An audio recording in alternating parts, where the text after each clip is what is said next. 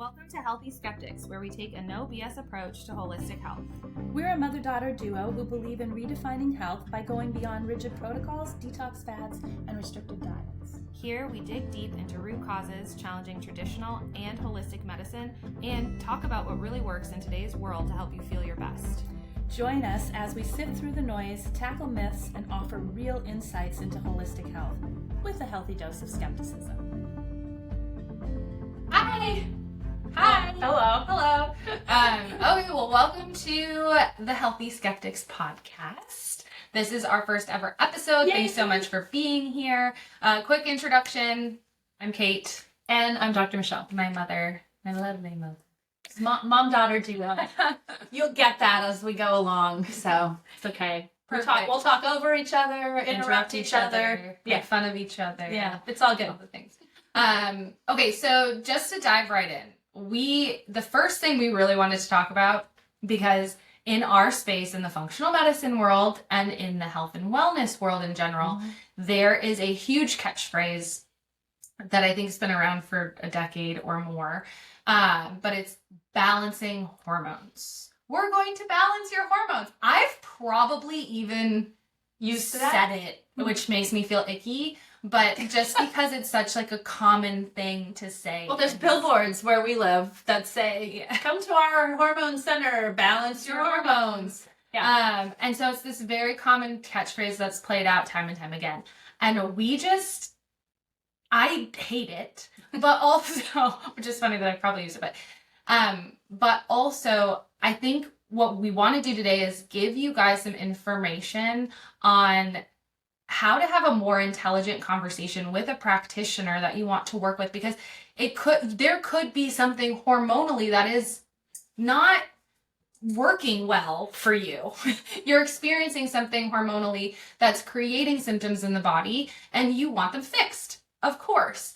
But when someone's just going, hey, I can balance your hormones, well, there's a lot of them. There are 50-ish. So, which hormones are we balancing? Right. Which ones are contributors to your symptoms? How are we balancing them? And do we actually need them balanced? And we're going to talk about that a little bit too. Yeah. Because the reality is that hormones are dynamic. They fluctuate. They should fluctuate. And they respond. They adapt to signals that we give them. They respond to the signals that we give them. And they should. They're supposed to. They're supposed to. They may not be responding the way that makes you feel the best, but they're doing their job. Right.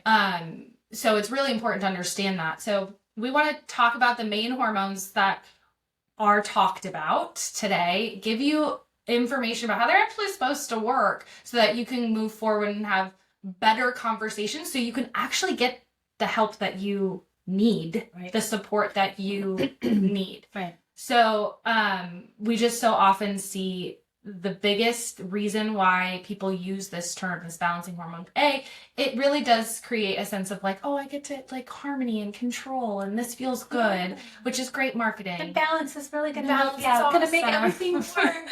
But also it's a way for practitioners in our space. And why do you point to me?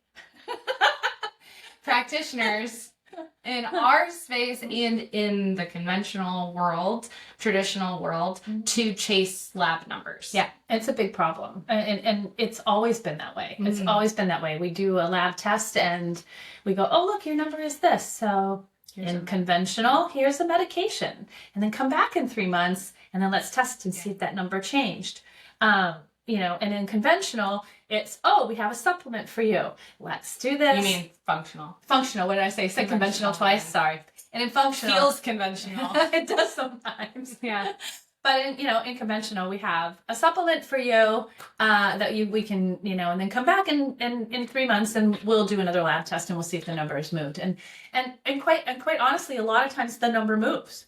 A lot of times the number looks so much better on paper and you still feel like poop. The reason is that you're basically you're giving your body what it's asking for without fixing the problem. They're just Band-Aids that kind of boost the number so everybody can feel good, but you're walking out going, I'm sorry, I'm still not my problem's still not fixed. Yeah. So, you know, and that's a theme that's been around for a long, long time. Yeah. So yeah. It's a really nice, easy, pretty package to sell a product, a supplement, or for someone in the conventional space to go, look, I fixed you, solved your problem. Yeah. So anyway, so the reality is hormones are naturally very dynamic. They fluctuate and they're messy. They're messy. And we're gonna dive into them. So big ones, cortisol. Let's start there. It's the big popular one right now. And here's the thing. It's actually the one that's making me flush right now because it's like our first podcast. Adrenaline too. Yeah, well, I'm just like, I know. I know. I've been doing this for a long time. Welcome to content creation, Michele. Anyways, okay, so cortisol. Thing is about cortisol is that in order to have I'm going to use the word balanced cortisol. Cortisol actually has and operates on a curve. So cortisol should actually peak in the morning and it should taper off as the day goes on so that it's at its lowest point so you can go to sleep. Okay. But it should have this nice curve. So you could say, okay, in order to have balanced cortisol, I have this great response. Right. With this great curve, this great cortisol response. But in reality, what we're seeing in our space is people promoting and selling cortisol lowering as the thing that you need. You need to lower cortisol. Now that may be the case, but a lot of the times, if your cortisol isn't responding appropriately, lowering it even more or doing things that could result in a flattened cortisol curve can be really cause a lot of symptoms. A lot of fatigue, exhaustion, mood symptoms. Yeah. It also lowers your immunity, so you're not able to fight off, whatever the heck might be coming your way. Yeah. And in reality, it's a stress response. So this is a survival mechanism, and if your cortisol is always low, which it shouldn't be always low. If you guys believe that, it shouldn't be always low.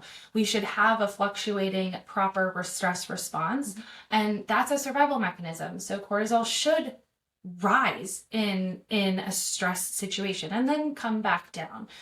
You should have an appropriate response to stress. And honestly, when we see women that have super low cortisol or flat or our hormone is responding in that way,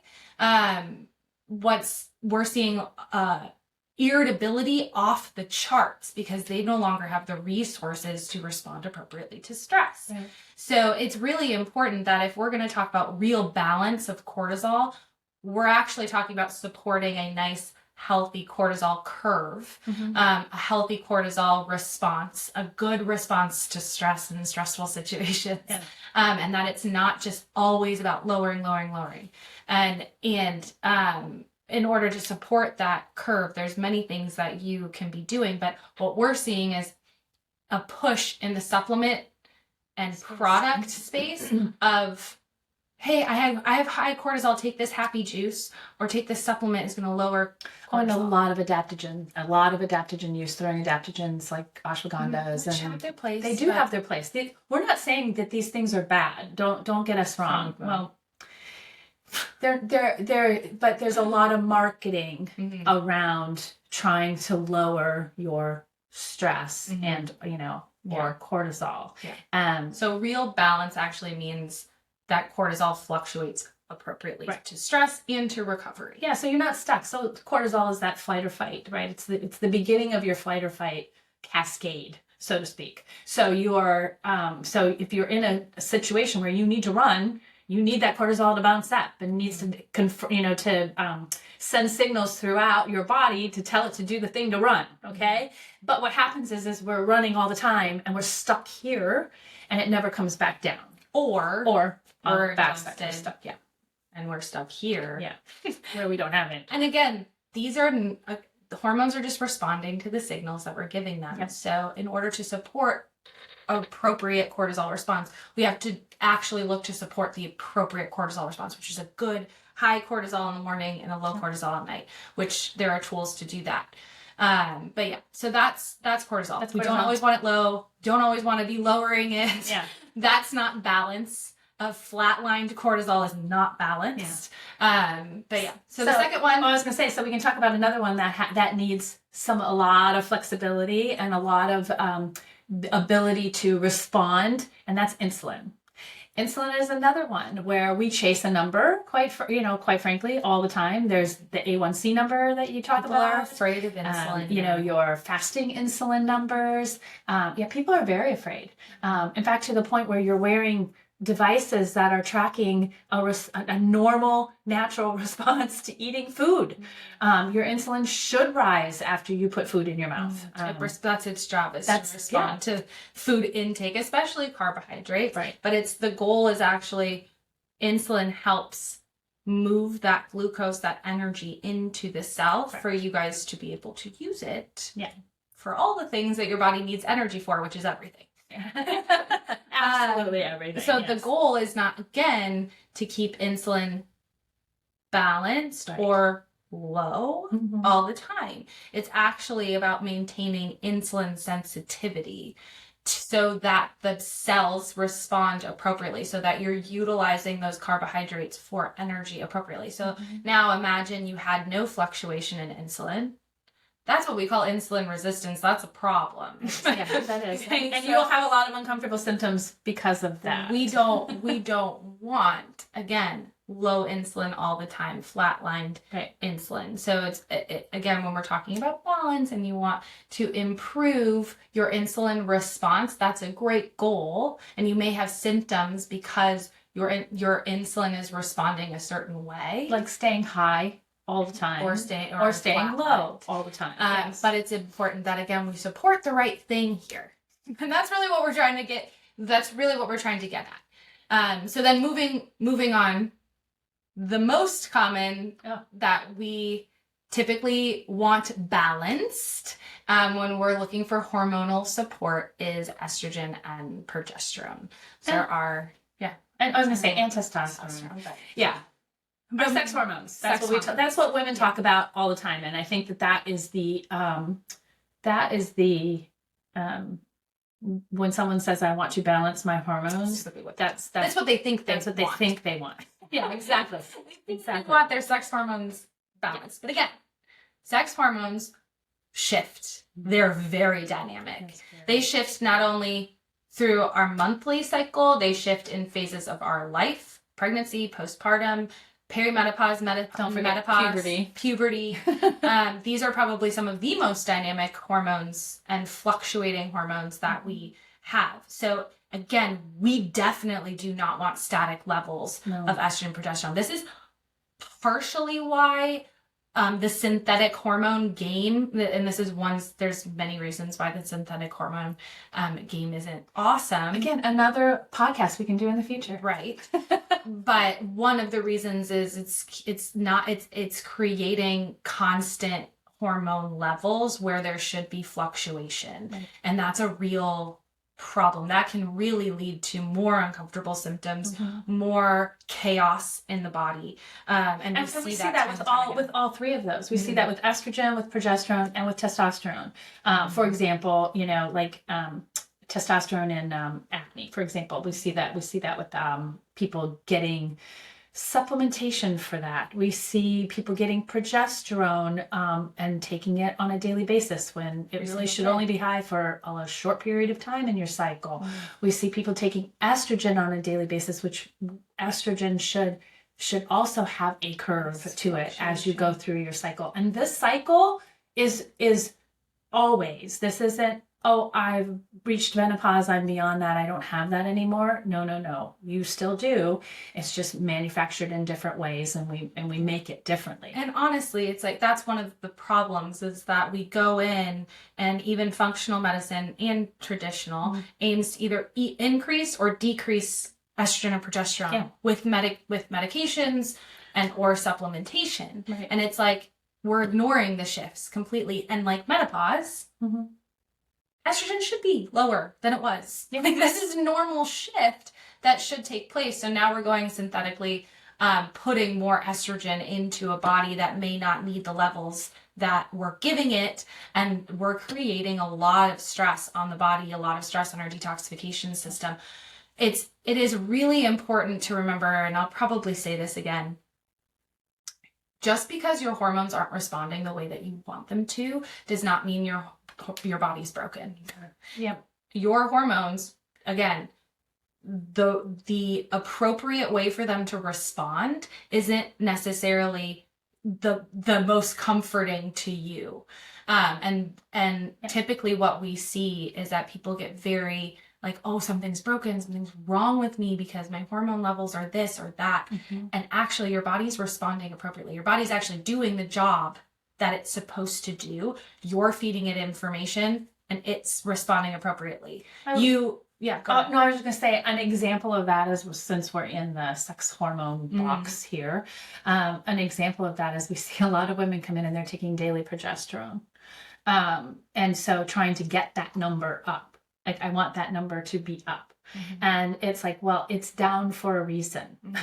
And, you know, when your body is having issues elsewhere, it's not, if other systems are not working appropriately, or, you know, your body's communicating and you don't have the energy or the resources for the body to be able to do what it needs to do. For example, fertility.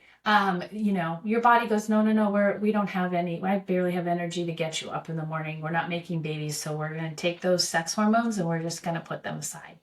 Your body wants them to be low because they don't want you to get pregnant. And now we're going to go feed it the synthetic. It's very stressful. Sometimes we just have to trust that the body knows what it's doing. And if we're having symptoms and we need support, then we need to start feeding the body different information. And that's what you need to learn how to do, which is great and important. It's what we do every day. But the problem is the lab choosing and all of that. And I think that's part of the conversation you can have with a practitioner, is to say, look, can you help me understand what exactly is happening right now, so that you can start to put it together. You know, we need to trust our body and the messaging and the communication that's coming out of it. And if you can have a longer conversation to say, look, okay, I understand you're telling me these numbers are low, but what might be the reason for that? Why are my numbers low? Can we fix that? Instead of just throwing something to make it. You don't need to fix it. No, but I'm just saying, you know, it's causing me pain, discomfort. You know, so I want to understand how I can get rid of that discomfort. I want to feel good. I want to feel energized. But that's a different conversation than even like, oh, fix the root cause. Because, and I'm going to go off on a little bit of a tangent here because you just kind of reminded me of that. But it's like, maybe you don't need to fix that. Maybe your body, okay, it sucks that again, just speaking to estrogen and progesterone, it can suck when we have low levels of progesterone because maybe we have heavy periods and PMS or some of those things. Or mood swings.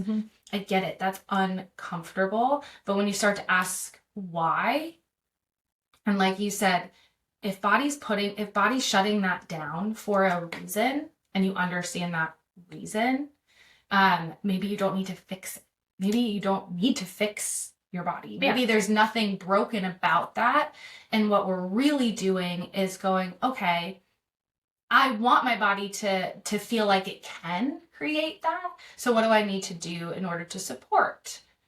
Not fix, because this is not broken. It's not fixed. We shouldn't use that term. I shouldn't use that term. We use it all the time. It's normal. It's so normal to use it, but I'm just thinking about it now. I'm hearing you say. Sorry. Yeah, that's good though. It's a good conversation though, and you're right. It's our bodies operate to basically protect us and to keep us alive.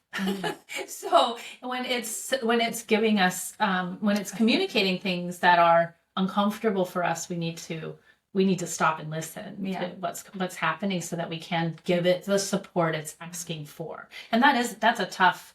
It takes some time to learn that. It takes some time to relearn. We're never taught. Yeah. So yeah.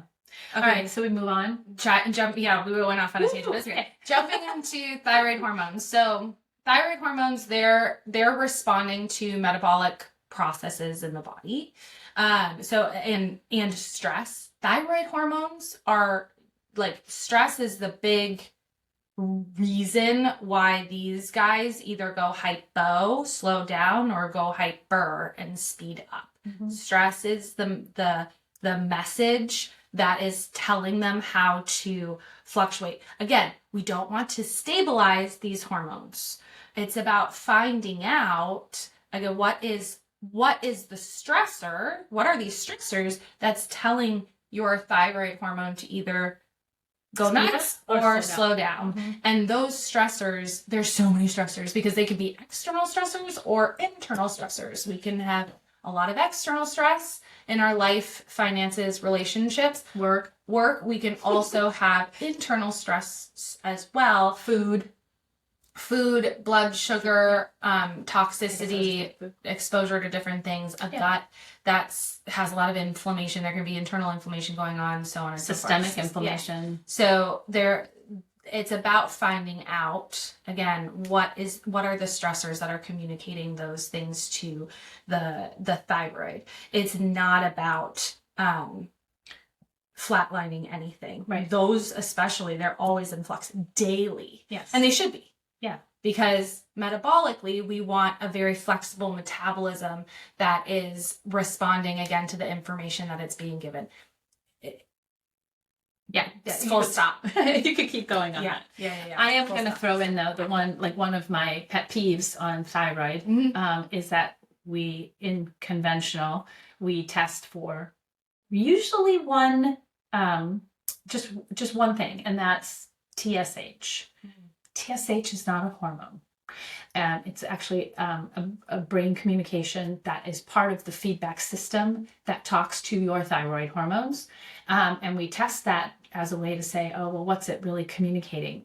What we need to understand is how the thyroid hormones themselves are working. So if you're going to have a conversation with your practitioners and you're like, how come you're only testing this? I want to understand how the actual hormones are working. Can you test those so that we can start to appropriately find out what's happening? Now, that's just the conventional, I'm just saying from a conventional standpoint, if you're going in and you're getting medications based on a TSH number, I would ask for something a little bit deeper. That's all I'm saying. So, overall, the narrative where the balance narrative really falls short is because these supplements and these protocols and these programs market themselves as these hormone balancers, which is implying that they'll keep the hormones static. We don't want that. We want well-adapted, fluctuating, dynamic hormones. And again, if you're experiencing symptoms of our hormones being flatlined, or you're experiencing symptoms of your hormones being adapting in a way that doesn't make you feel good, that's important to acknowledge. But then it's understanding when we say understand the root cause, it's understanding that why are your hormones responding this way so that you can support that. So if you need to feed it different information because that's its why, then you're able to do that. That's root cause. That's what we're doing. We're not trying to fit. This is not broken. You might just need to be giving it different information. Right. And information meaning, stress lowering, changing your diet, improving your sleep, mindset. Yeah. I mean, there's so many things. Our body's constantly taking in information from our environment, on a second by second basis. And so it's becoming more aware of those things in order to give our body different information so that it feels safe, supported, and has the energy requirements it needs in order to function well. I also think there's just this huge psychological impact of balancing hormones, because it really does imply that if there's not perfection or this like perfect balance, that we have failed and that our body is broken. And that feeds a really dangerous psychological mindset that again messes with the information that you're giving your hormones and keeps you honestly stuck in this loop. It's a total doom loop. But that's kind of, I also feel like the point, because then they can sell you more programs, more supplements, more medication, more, because you're so concerned about the balance. When in reality, we want you to shift your focus away from the balance and the perfection into dynamic, fluctuating adaptability. Yes. That's a much better word. I like adaptability. I'm going to start using that. Yeah. That's a good We word. can help you adapt your hormones. Adaptability. Yeah. Adaptabilitize your hormones. Right. Is that a thing? But there should be more of an emphasis on the ups and downs and understanding the true nature of them. You know, what is optimal and what information can be given, you can be giving the body in order to support a better outcome. Right. So have a better, more intelligent conversation moving forward. Being empowered with this knowledge. I know we could go into great detail about every single one of these, and we probably will on this podcast if you continue to listen. We're also really good at rabbit holes. Yeah, but just moving forward, we want you to be able to get the actual help that you need, not just lab chasing, number chasing, manipulating numbers, not just buying the next supplement, following the next protocol for lowering cortisol. It's much, much more important to understand the dynamics of all of this. Mm-hmm. So yeah, and it's also a mindset that you're not broken. Mm-hmm. Your body, good point. Your body doesn't need to be fixed. You just, have that mindset about like my body's actually protecting me. My body's doing exactly what it needs to do. I just need to now do a little bit of detective work to figure out how I'm going to change that information that my body's getting. Yeah, and there are very few people. It's very rare. Yeah. To have a body or a hormonal system or something in one of these hormones to actually not be responding the way that they should. Appropriately, yeah. Right? So like there are diseases genetically and otherwise that would prevent proper, appropriate hormonal response. Those exist, and we're not saying they don't. But 9 times out of 10, your body's actually responding appropriately. Like we said, it doesn't need to be fixed. It's just been giving information. It's doing its job. Mm-hmm. So you just need to, change the information. Yeah. All right. Thank you for joining us. Yes. We will see you next time. We're so excited to be here. Or there. In your space. Yeah. We are. No. Yeah. So see you next time.